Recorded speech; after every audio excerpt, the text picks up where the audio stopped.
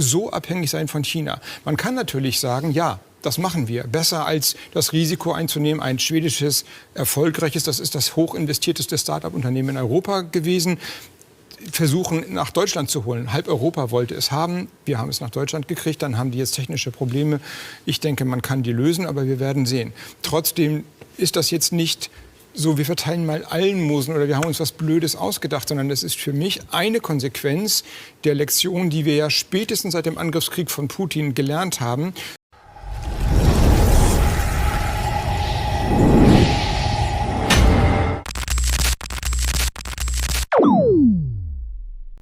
Hey Leute, Robert Habeck versenkt 600 Millionen Euro und das nicht zum ersten Mal. Steuergelder, die in den Abgrund fließen, während er weiter die Schuld auf andere schiebt. Doch was passiert, wenn seine Fehler ans Licht kommen? Ist das wirklich noch der Mann, der für unsere Wirtschaft zuständig sein sollte? Schaut euch dieses schockierende Video an, um herauszufinden, wie Habeck sein eigenes Versagen vertuscht. Und denkt dran, liken, abonnieren und vor allem kommentieren. Eure Meinung zählt. Auf geht's. Also da sollen Jobs der Zukunft entstehen, es sollten innovative Industrien unterstützt werden und hier nach Deutschland geholt werden, im besten Sinne des Wortes. Und jetzt ist gerade Northvolt, 620 Millionen stehen im Risiko. Ich formuliere mal so, Sie haben Hoffnung geäußert, dass dieses Chapter 11-Verfahren noch gut ausgehen kann. Aber am Ende steht der Vorwurf im Raum, korrigieren Sie mich, dass Sie das nicht gründlich genug geprüft haben. Ja, aber den kann man widerlegen. Es gibt externe Prüfungen von Beraterinstitutionen. In Northvolt sind sehr viele große deutsche und internationale Unternehmen investiert.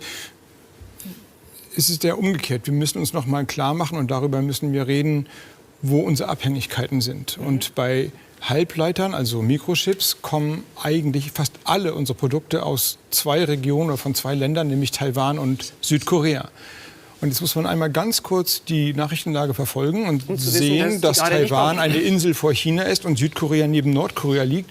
Und dann würde ich gerne mal wissen, ob man die Wette wirklich eingeht und sagt, das ist unser Wirtschaftsmodell für die nächsten 30 Jahre. Der Impuls ist richtig, aber es ist so schwer, ihn in die Tat umzusetzen? Nein, das mit Intel ist natürlich nicht gut, aber umgekehrt Infineon weitet aus, TSMC kommt und baut in Dresden. Also wenn man so eine Strategie auflegt, dann kann eben auch mal eine Investition verschoben werden, wie bei Intel, oder das Unternehmen in Probleme geraten. Und bei Batterien, also dem Motor der Zukunft oder dem wichtigsten Teil der Automobile der Zukunft, sind wir im Moment zu 80% von China abhängig. Die deutschen Automobilkonzerne. 80% von China und andere kommen noch dazu. Das heißt, wir produzieren von der Wertschöpfung des Autos fast nichts in Deutschland. Gleiche Frage. Wollen wir für die Leitbranche der deutschen Wirtschaft so abhängig sein von China? Man kann natürlich sagen, ja, das machen wir. Besser als das Risiko einzunehmen. Ein schwedisches, erfolgreiches, das ist das hochinvestierteste Start-up-Unternehmen in Europa gewesen, versuchen nach Deutschland zu holen. Halb Europa wollte es haben. Wir haben es nach Deutschland gekriegt. Dann haben die jetzt technische Probleme. Ich denke, man kann die lösen, aber wir werden sehen. Trotzdem ist das jetzt nicht so, wir verteilen mal Almosen oder wir haben uns was Blödes ausgedacht, sondern das ist für mich eine Konsequenz der Lektion, die wir ja spätestens seit dem Angriffskrieg von Putin gelernt haben, dass wirtschaftliche Widerstandsfähigkeit bedeutet, dass wir Grundkomponenten der Substanz der Volkswirtschaft auch hier in Europa produzieren. So, dann öffnen wir jetzt erst recht für die Runde und sagen, Herr Hüter, über diese berühmte Schuldenbremse, nämlich über die Möglichkeit, Subventionen dieser Art und staatliche Anschubfinanzierungen dieser Art noch viel mehr tun zu können, gab es auch eine interessante Diskussion in der letzten Zeit, weil da öffneten sich auch mehrere Türen. Aber ist es ganz grundsätzlich einfach wirklich schwer, so etwas jenseits des Marktes zu initiieren? Was will ich fragen? Kann man gegen einen kräftigen Markt sich auch zu Tode subventionieren? Also die Gefahr besteht. Auf der anderen Seite gilt, es gibt keinen Standort für Mikroelektronik weltweit, für die Halbleiter, für die Chips, der nicht mit Subventionen angeschoben wurde. Das hat eine Geschichte in den 80er Jahren. Und wir haben in Dresden, die Diskussion kann ich noch gut erinnern, aus den 90er, war damals beim Sachverständigenrat im Stab. Dann soll man das machen, soll man nicht. Heute haben wir den 5. größten Produktionsstandort weltweit dafür. Ohne Subventionen wäre es nichts geworden. Das heißt, man läuft Gefahr, etwas zu verlieren, indem man das gar nicht macht oder indem man das Geld falsch einsetzt. Das ist ein schmaler Grat. Grundsätzlich ist die Frage, aus welchem Haushalt man das macht. Ich bin nicht der Meinung, dass Subventionen aus einer Kreditfinanzierung kommen sollten. Die müssen schon im Haushalt dargestellt werden, wie Sozialleistungen auch im Haushalt darzustellen sind. Die eigentliche Frage ist, wie kriegen wir diese verdammt große Lücke in der Qualität der Infrastruktur, die wir mit 600 Milliarden... Die Sie beide schon angesprochen haben, aus dem Jahre 2018 datieren. So, und die ist ja nicht Oder kleiner Frau geworden. Merkel. Die ist ja nicht kleiner geworden. Die ist über 20 Jahre oder 25 Jahre im Grunde vorgegangen. Wir haben im Schnitt 2% weniger öffentliche Investitionen am Bruttoinlandsprodukt investiert als unsere Partner in der Europäischen Union. Und irgendwann merkst du es halt. Und kein Verfallsprozess, weder bei der Bahn, im Bahnnetz, noch bei der Autobahn, noch bei den Bundeswasserstraßen ist bisher gestoppt. Ja. Und die Frage ist ja jetzt, wie kriege ich das eigentlich hin? Und wir sehen ja jetzt, was passiert. Bei der Bahn entsteht Unsicherheit. Kann sie überhaupt die Sanierung der Hochleistungskorridore weitertreiben? Ja. Und deswegen mein pragmatischer Vorschlag hier schon seit ein paar Jahren, macht einen Infrastruktur- und Transformationsfonds, wo die großen Systeme, die ja alle transformativ relevant sind. Ich meine, für den Umbau zur Klimaneutralität brauchen wir effiziente Verkehrssysteme, effiziente Leitungssysteme, Digitalisierung. Ja. Und die öffentliche Infrastruktur zu ertüchtigen, das kriegen wir aus den normalen Haushalten nicht hin. So, und darauf eine Antwort zu finden, der wird sich keine Regierung nach der Wahl am 23. Februar entziehen können. Es klingt wie ein schlechter Witz, aber leider ist es Realität. Fast 600 Millionen Euro Steuergelder wurden in ein Unternehmen gepumpt, das bereits vor der Investition am Rande der Pleite stand.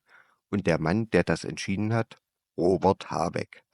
Als dann klar wurde, dass Nordvolt in den Ruin geht, hielt er die brisante Wahrheit einfach unter Verschluss. Warum? Ganz einfach, die grüne Ideologie und der Wunsch nach einer grünen Zukunft haben Vorrang vor der Realität und den Steuergeldern der Bürger. Nordvolt in den USA, Insolvenzverfahren nach Chapter 11. Nordvolt in den USA, Insolvenzverfahren nach Chapter 11. Produktionsausfälle, Milliardenverluste, Massenentlassungen. VW und BMW ziehen sich zurück. Habeck zahlt weiter. Jeder private Investor hätte längst die Reißleine gezogen. Aber Habeck, er schmeißt weiter unser Geld hinterher.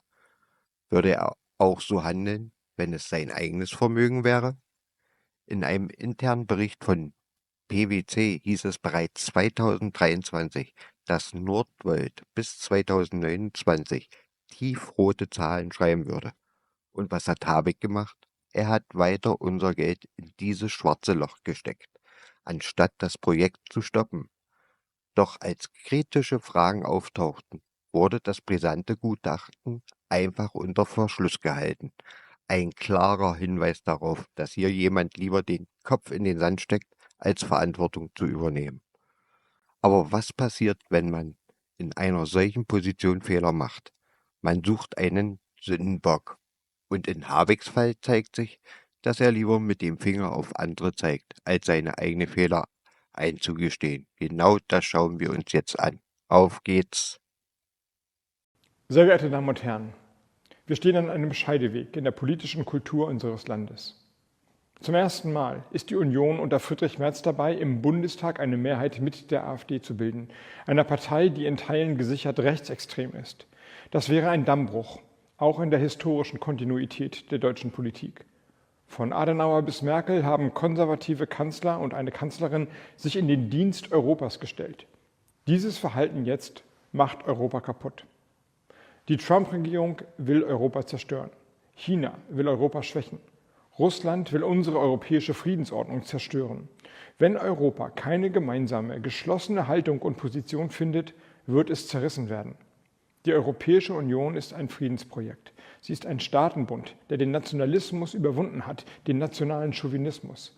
Wenn wir es also ernst meinen mit europäischer Zusammenarbeit und europäischer Stärke, dürfen wir nicht unseren Nachbarn vor den Kopf stoßen und das Recht brechen. Und damit dann am Ende vor allem den deutschen Interessen schweren Schaden zufügen. Das aber genau passiert, wenn man europäische Binnengrenzen dauerhaft schließt und die Geflüchteten pauschal zurückweist, wie Friedrich Merz es jetzt will. Deutschland darf sich nicht benehmen wie Ungarn. Habeck hat versagt und das auf ganzer Linie. Er ist der Inbegriff eines gescheiterten Ministers, der sich lieber mit grüner Ideologie beschäftigt, als mit echter Wirtschaftspolitik.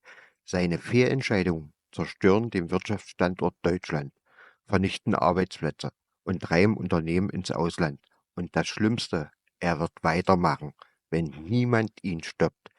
Diese grünen Traumtänzer dürfen nie wieder in eine Regierung kommen. Sie dürfen keine Ministerien mehr leiten, keine Behörden mehr kontrollieren, keine Steuermilliarden mehr verschleudern. Wir müssen aufwachen, bevor es zu spät ist. Deutschland braucht echte Experten an der Spitze, keine Ideologen, die unser Land in den Ruin treiben. Jetzt seid ihr dran. Was denkt ihr über dieses Wahnsinnsprojekt? Haut eure Meinung in die Kommentare, lasst ein Like da, abonniert den Kanal und bleibt dran für die nächsten Enthüllungen. Bis zum nächsten Mal.